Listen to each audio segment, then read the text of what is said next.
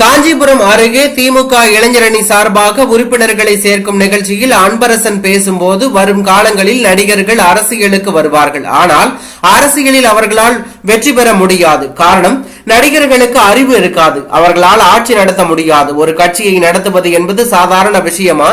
எவ்வளவு பெரிய கட்சியான திமுகவே ஆட்சியை பிடிக்க முடியாமல் தெருவில் நின்றோம். தங்களுக்கு கூடும் கூட்டத்தை பார்த்தவுடன் கட்சி தொடங்கி முதலமைச்சராக ஆகிவிடலாம் என அரசியலுக்கு வரும் நடிகர்களே, அதெல்லாம் எம்ஜிஆர் காலத்தோடு போய்விட்டது.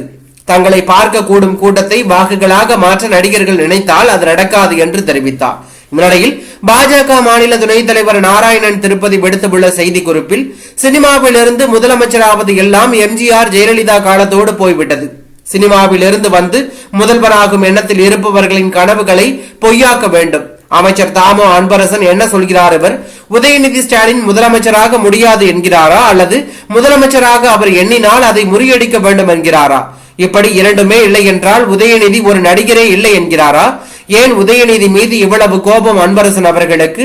திமுகவின் கோஷ்டி பூசல் இவ்வளவு தூரம் வந்துவிட்டதே என்று நாராயணன் திருப்பதி பேசியுள்ளது பரபரப்பை ஏற்படுத்தி உள்ளது.